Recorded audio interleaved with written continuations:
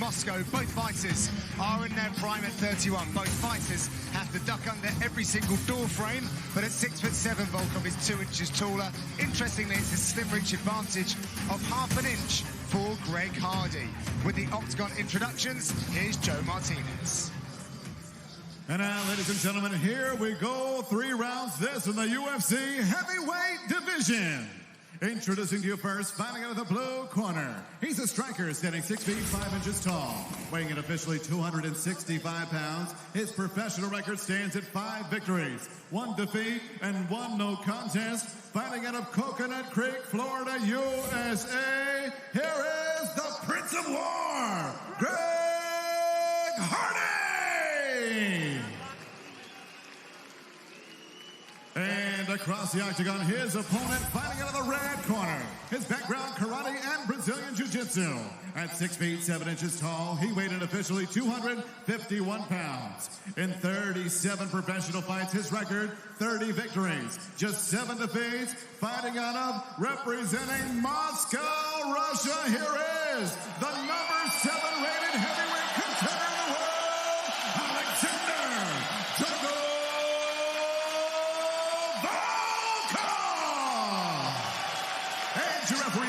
To the action, Leon Roberts. Leon Roberts is the Octagon official, but he needs to be on his toes because it looks like Greg Hardy is about to sprint across the Octagon. He has been talking about his athleticism. He said it's no joke. First round, then we see Alexander Volkov looking light-hearted and smiling. Pressure seems to be on him. Greg Hardy stepping in. Actually, tied for 5th fastest turnaround in UFC history, 22 days between fights. This is where the pedigree, the experience of Volkov comes into play. He can play a lot of striking games. He can set traps with Greg Hardy. Just as he did with Derek Lewis, he was able to beat him up to the body. He was able to wear him out, keep him at a distance. Oh, nice footwork there and shift of weight by Hardy. He has won all of his wins by first-round knockout.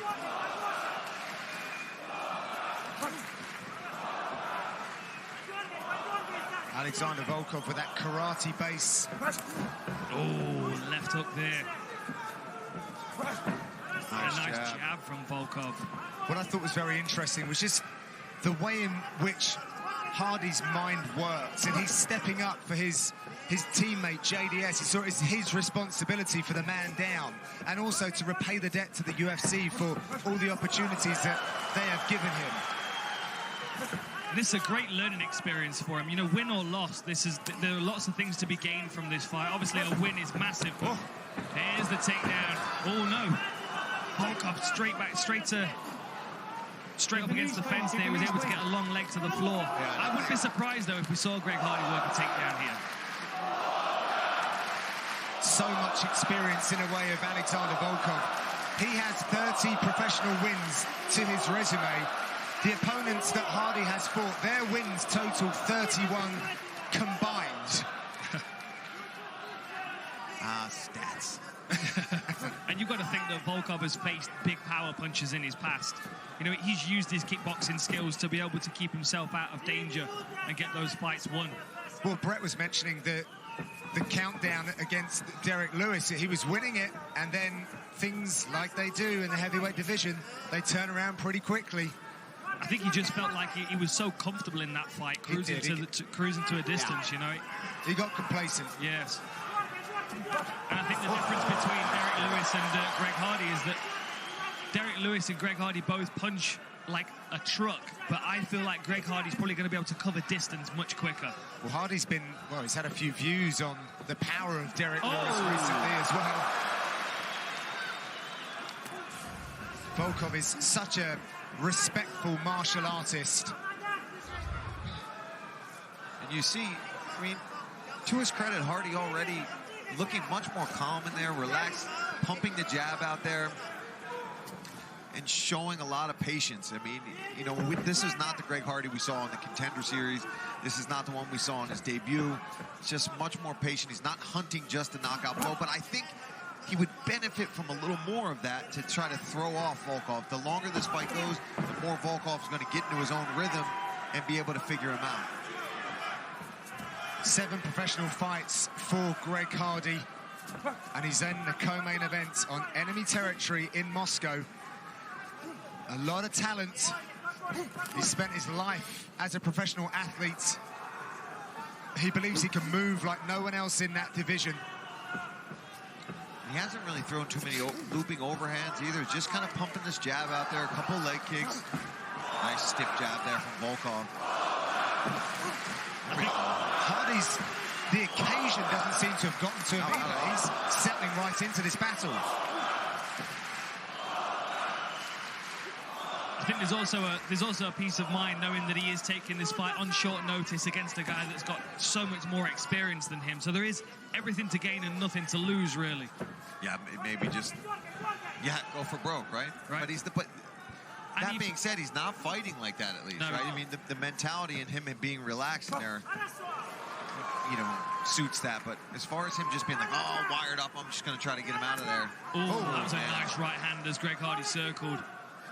And something that Brett mentioned on the walkouts as well, which I think is key to remember. Oh, nice left hook there. Oh, 2 big left hooks.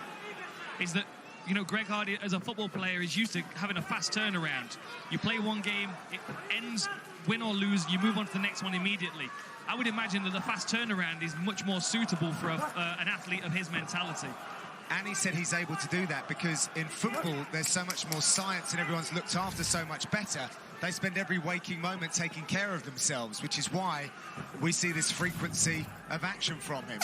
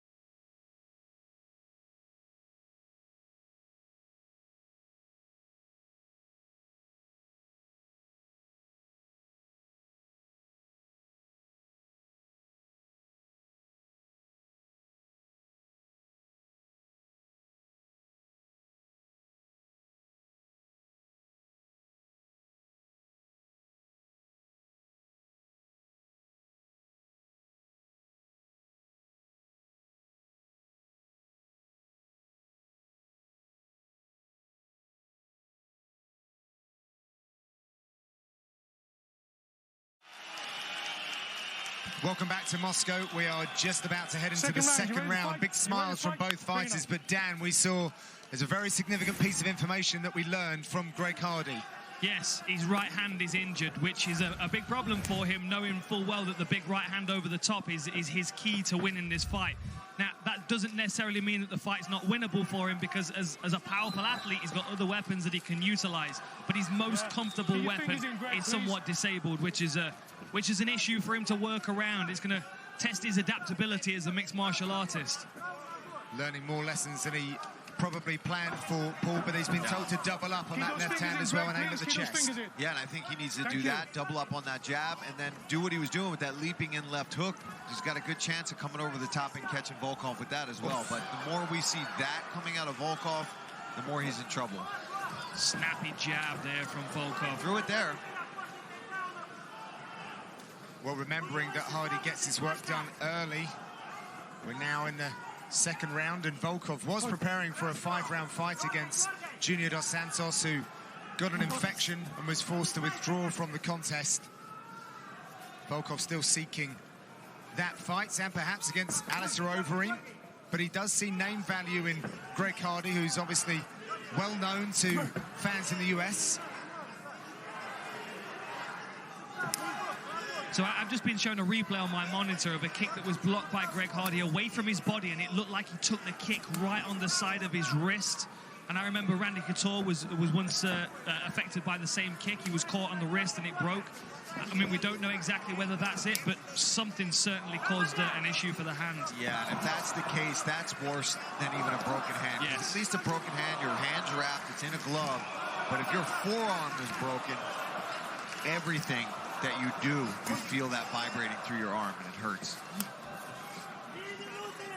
Hardy believes that he has the correct mindset and background to really be able to develop in this sport. He said when you're playing football, you're given a 45-page game plan every single week that you've got to commit to memory, then throw it away and get ready for a new one the next week. Yeah, not only has he been testing his physical capacity, but his mental capacity as well in that environment. Yeah, and he's absorbing all this new information, and that's why he's able to evolve so quickly between fights. Jab to the body's working well. He threw the right hand to the body then, but he didn't put any power behind it. I wonder whether maybe he can set up a left hook off it. This is exactly what we expected from Volkov, though. Picking his opponent off at range, staying disciplined, showing us how much of a veteran he is of this game. Nice overhand right from Greg Hardy. It's a shame, because if that hand wasn't hurt, that might have been more impactful, but... Well, back in September of 2012, Greg Hardy actually broke his thumb early in the season, but still managed 11 sacks that season. So he's fought through the adversity before. So funny to hear you say sacks, John. Should I say quarterback sacks? No, you're right. Sacks is good. You got it. Yeah. I've watched a little bit. London Monarchs back in the day. London Monarchs. My big foam finger up jabbing the air. It's a big fan. That Peter Griffin played for the London Monarchs, didn't he? Had the coat and everything. Anyway, nice. Lovely front kick. I love the way Volkov uses straight attacks. Yeah, and he does go so well to the body, especially with his kicks. And you could see the effect that those body kicks had on Derek Lewis in that fight, even to the point where Derek Lewis was doubled over with his hands on his knees up against the fence. Volkov has had Sergey Pavlovich in camp, who's got a similar kind of build to Hardy, and obviously a very successful mixed martial artist. Got a big win out in Singapore a couple of weeks back. Hardy's still trying to throw that right hand. I mean, a spinning back fist there. Paul's wincing at the side of us. Yeah, because that thing is broken. Whew. It hurts. Volkov more accurate. Similar kind of output from both of these behemoths. Utilising that lead leg so well, whether it's a front kick, a body kick, or a head kick. No switch involved. Just picks it up. Boop. And for a guy that tall to do that with that big of a leg, impressive. Yeah, these body kicks are really good from Volkov. And it's starting to affect the way that Greg Hardy's moving into range as well. Yeah, because when he rushes in, that's when he just picks that lead leg up right to the body.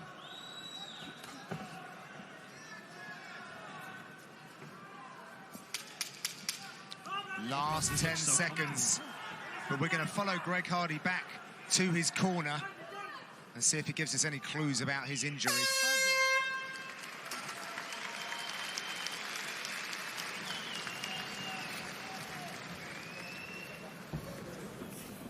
All right, just give me some deep breaths. Just give me some deep breath. Okay, so...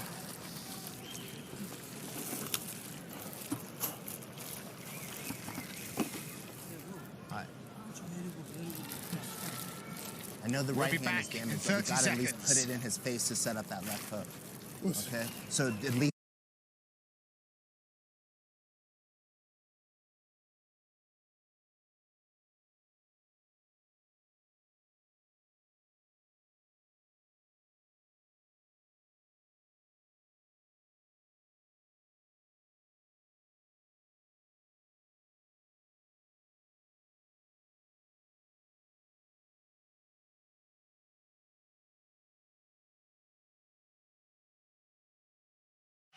Just be careful the fingers don't come up for me, okay? Thank you, sir. Thank you. Okay, now it's important to know that we are only speculating, but this is the shot that we saw. Volkov throws a kick, and you can see Greg Hardy blocks it away from his body. Gentlemen, and that oftentimes can be a problem when you're taking a shin to a forearm like that. The bones aren't quite as strong. Oh. We don't know for sure, of course, but that could be the problem that was caused. Volkov managed to weave his massive foot in between the defenses and catch Hardy on the chin. Hardy coming out at least aggressive here in this third round. He knows he's got to bite down, get in there, and try to make something happen.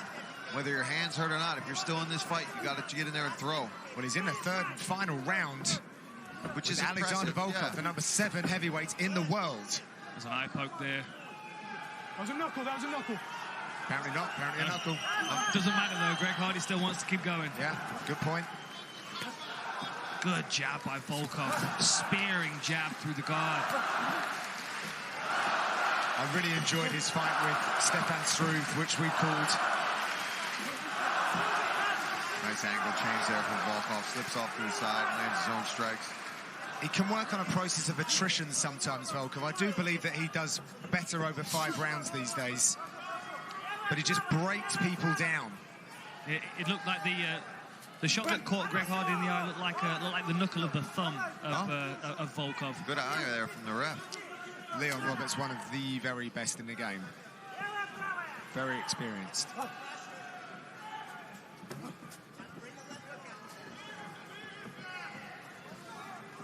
You guys are talking about maybe a takedown from Hardy. Is that something that you still maintain he should try and do, or would the right hand, being the way that it is, just not be a good idea because he's always going to lose power on that side? I thought he might come out and try and work a takedown early just for the surprise factor of it, but I think with the right hand being hurt, he's far more likely to maintain this kind of pace on the feet and just try and land that clean left hook.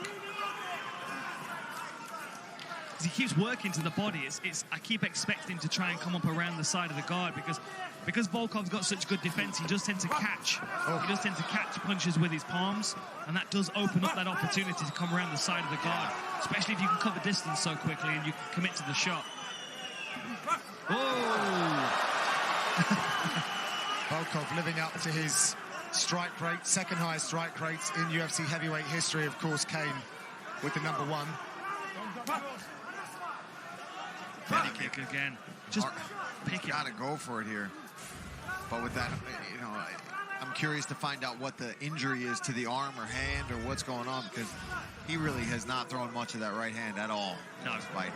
He's disguising it well, though, because Volkov hasn't. I don't think Volkov can see that this is a problem for him.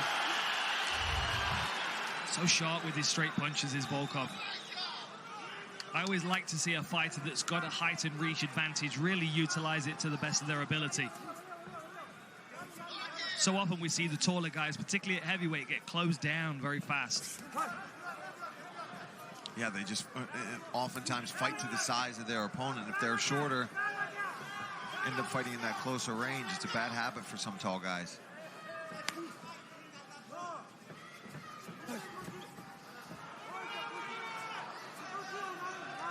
Some bruising on the shin bone of Volkov. There's some swelling as well. Oh! The dexterity of that lead leg is incredible. Yeah. It's a lot of leg to lift up and flick out. I'm going to find a can of Monster Energy drink after the show and see if you can kick it off your head, Paul. Yeah. Let's do that. I'll bet he can. I trust him. I know. The interesting thing was I actually visited Volkov, this camp in Moscow, and the cage that they've got in that gym is about 20 times smaller than what we see in front of us. It's like he throws a jab and it's hitting the other side of the fence. Another beautiful body kick from Volkov. No chamber, just, no switch. Does chamber. Oh, what was that, the mouthpiece? Something went flying out of the octagon. Yeah, I'm not sure whether it was tape. Was it tape? Tape. It would have been much more dramatic if it was a mouthpiece. It would, John. You mean gum shield? I don't know what you mean. Greg Hardy's trying to get fired up here, but Volkov's just so accurate, so consistent with his striking. He's picking him apart from the outside. And what this does, I mean, 20 seconds left. You've got to feel like Volkov's running away with this decision. Oh, lovely stutter step there from Volkov to land that jab. What this does for Hardy is it shows him where the level is at heavyweight in the top 10. This is great for him to go back to the gym and go, okay, I know the level I need to raise my game to now to compete with these guys. Yeah, this definitely not a lost cause there for Greg Hardy. This is something he can hang his head up and be like, okay, I just went 3 rounds.